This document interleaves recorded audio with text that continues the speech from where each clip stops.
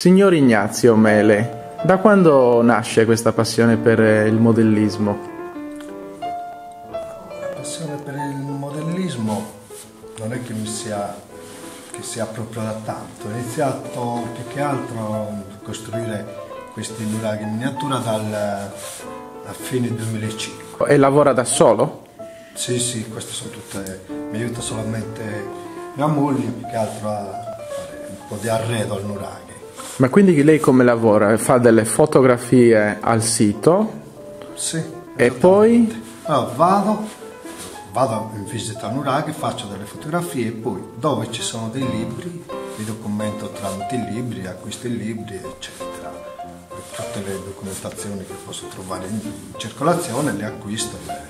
Però è molto importante che io vada anche a visitare per almeno 2 volte il nuraghi. E che materiale usa?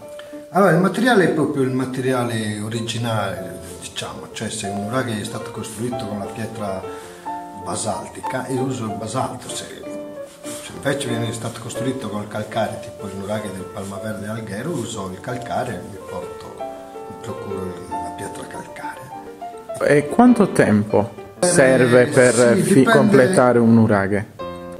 Allora, per finirlo del tutto dipende anche dalla grandezza, dalla scala che uso, che in genere sono da 1 a 100 sino a 1 a 30, tipo il nuraghi Ruio di Norbello, oppure l'ipotetica ricostruzione del nuraghi Sant'Antino che ci ho messo 600 ore di lavoro, e sono parecchie. Ma gli altri belli grandi, tipo su Nuraghi, eccetera, Losa, siamo sempre sulle 350 ore di lavoro. E nessuno la paga ovviamente per questo lavoro? No, per questo io do solamente, cioè i nuraghi vanno sì, però chi li vuole paga, cioè per le mostre organizzate è così che riesco un po' a recuperare anche delle spese, perché naturalmente ci sono anche spese, acquisto un po' di materiale, le basi, tutto. C'è, voglio dire, un'area geografica in particolare o che predilige o... No, allora, per il momento, siccome essendo di Norbello, perciò sono vicino al margine, il margine è proprio anche pieno di nuraghi, per dire, ho già sviluppato i nuraghi di Maccomer, Bortigali, Biluri, Borore, capito? E perciò dico Norbello, Abasanta, anche tipo i nuraghi di Orroli, i nuraghi di Barumini. Posso dire che ho già ricostruito così come sono oggi, più o meno, la somiglianza c'è sempre, i maggiori nuraghi, i più importanti nuraghi, specialmente quelli che sono gestiti dalle cooperative, tipo il nuraghi a Rubiu, su Nuraghi, il Palmavera, Nolza, Meana, di Meana Sardo, che sono tutti, poi gli altri piano piano naturalmente, che gli altri sono belli, eccetera. Ricostruisco lo stesso, cercherò di ricostruire ancora di più. E ha avuto un riconoscimento da parte delle istituzioni della Regione Sardegna? Allora, a dire la verità, da parte delle istituzioni della Regione Sardegna, io ho spedito un CD con alcune fotografie di questi nuraghi.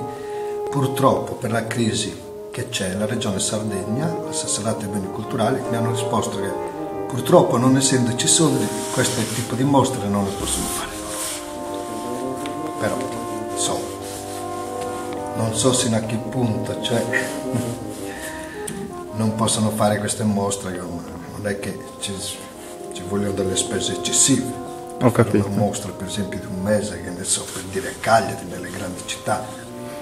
Qual è il prossimo obiettivo? Qual è il nuraghe che allora, il ancora nuraghe è già in cantiere, a dire la verità ce l'ho già più di 1 anno e mezzo, 2 anni, ancora non sono riuscito a finirlo perché ho dato anche la precedenza, diciamo, a Porcarzolo di Borore, dato che avevano chiesto la mostra qui di nuraghi a Borore, e c'ho su Molino di Villanova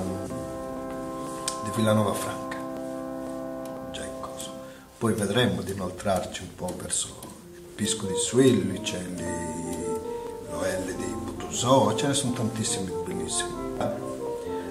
Dovrò andarci. Lei conosce bene la Sardegna e la situazione dell'archeologia?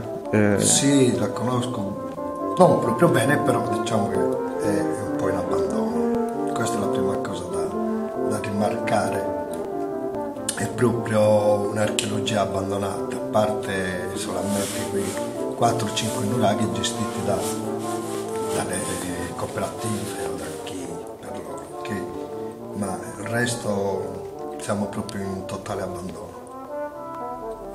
Perché ci sono tanti nuraghi ancora tanti, no, ma non solo nuraghi, ci sono delle tombe di giganti, eccetera, da cercare di valorizzare. Purtroppo la regione Sardegna forse non riesce a intendere bene cosa vuol dire la cultura dei nuraghi, un po' di preistoria, diciamo. E lei è autodidatta, ha studiato? Sì, no, tutto autodidatta. Con i nuraghi sono tutto autodidatta. Studio dai libri che mi sono comprato, degli libri, conto, eccetera, di Shinto, un po' libri che hanno un po' le idee anche diverse l'uno con l'altro. Io mi faccio le mie idee.